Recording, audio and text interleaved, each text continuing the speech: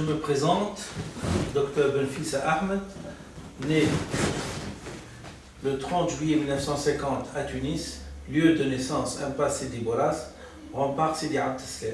Je suis donc Ould Rabat. Je tiens à préciser que je suis tunisien avant d'être tunisois, avec tout ce que ce mot comporte de signification péjorative. Il est souvent très important de connaître quelqu'un, de savoir le milieu dans lequel il a baigné, l'entourage qu'il a fréquenté, se faire une idée de ses paramètres peuvent nous éclairer sur la trajectoire existentielle de la personne.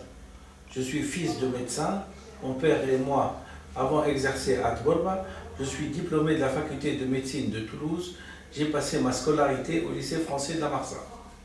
Père de 4 enfants, médecin, pharmacien, expert comptable et bachelier. À partir du moment où je me présente, je dois vous présenter mes patients.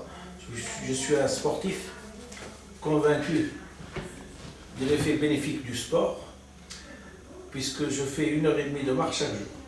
Amateur de musique, arabe, française, anglo-saxonne, de Ali Rieh jusqu'aux Beatles. Amateur de peinture, j'ai quelques tableaux de peinture à mon actif. Philosophe, amateur de psychanalyse, donc érudit d'une science complètement inconnue en Tunisie et dans les pays arabo-musulmans. J'aurai l'occasion par séquence vidéo de vous présenter succinctement cette science qu'est la psychanalyse, pour vous permettre de m'accompagner dans mes analyses psychanalytiques, de comprendre tout ce qui nous entoure et au premier lieu la politique. Cette science a un abord pour ceux qui s'intéressent aux mécanismes psychiques. Elle est intéressante. C'est toujours une entreprise individuelle et non universitaire. Le père de la psychanalyse ne livre pas ses secrets que un par un, de façon individuelle. La meilleure façon d'apprendre la psychanalyse, c'est d'apprendre par soi-même. J'ai mis 10 ans pour apprendre la psychanalyse sur une centaine de livres, ce qui me permet d'intégrer cette science dans mes analyses. J'ai choisi comme première leçon de philosophie politique, le pouvoir et la force. J'espère que cette introduction vous permettra de cerner un petit peu mon personnage pour pouvoir me suivre. Et si vous n'êtes pas convaincu, par exemple, de quelques explications que je donnerai ultérieurement, je vous prie, soit par vidéo, soit par email, de me poser des questions strictement scientifiques. Et il s'agit de faire un échange courtois pour le meilleur de tous. Hein? Il s'agit de nous enrichir mutuellement. Si, par exemple, une question vous pose un problème, comment fonctionne par exemple l'inconscient, ou quelle différence il y a entre le conscient et l'inconscient, comment expliquer cette chose et comment pouvoir avoir un avis précis sur cette autre, vous posez la question et j'essaierai par tous les moyens de vous répondre. Bien sûr, je ne suis pas un soleil qui brille sur la planète, mais je peux vous dire que je peux faire l'ombre à beaucoup de personnes. Je me suis fatalement intéressé à la période que la Tunisie est en train de traverser à partir du 14 janvier 2011, pour la bonne et simple raison que je pense avoir contribué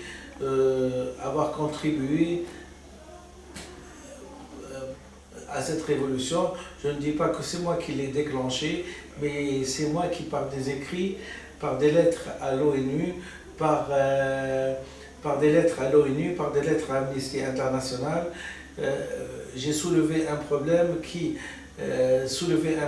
princeps dans l'évolution de la société arabo-musulmane.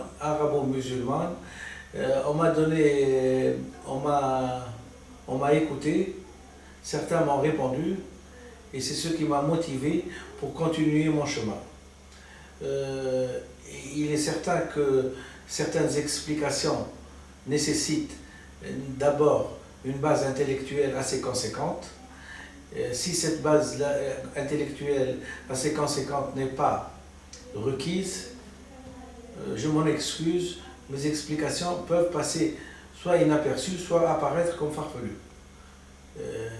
Mais je peux vous assurer de quelque chose, c'est que ce n'est pas du délire et ce n'est pas quelque chose d'extraordinaire que de comprendre et de comparer comment nous vivons et comment les Occidentaux vivent. Il suffit parfois de bien observer pour dire pourquoi nous faisons ça et eux ils ne font pas ça. C'est un petit peu l'origine de toute la révolution du 14 janvier 2011. Certes, les conditions matérielles, l'oppression, l'abus de pouvoir, les enrichissements, le mal acquis, la censure, tout ça a contribué à faire éclater la bulle qui a déclenché comme premier événement quelqu'un qui attente à sa vie, du fait même qu'il n'a trouvé aucune solution à sa vie, sinon de s'immoler par le feu. Si certes,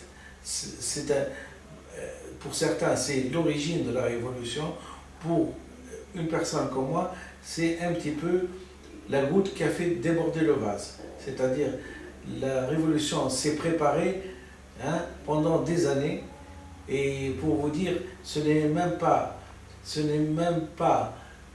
les 23 années de notre cher ami entre guillemets, vous comprenez très bien, Zaba, qui a déclenché la révolution. Mais c'est un petit peu ses abus. Et les abus ont été aussi hérités d'une autre personne qui, au-delà de l'indépendance qu'il s'enorgueillit d'avoir ramené à la Tunisie, n'a pas fait grand-chose pour faire évoluer ce peuple et pour lui donner les armes nécessaires pour son évolution et pour son bon épanouissement. Si tu veux, nous avons été méprisés dans notre façon d'évoluer.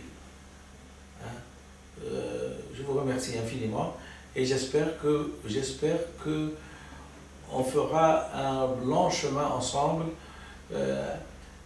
grâce à mes clips.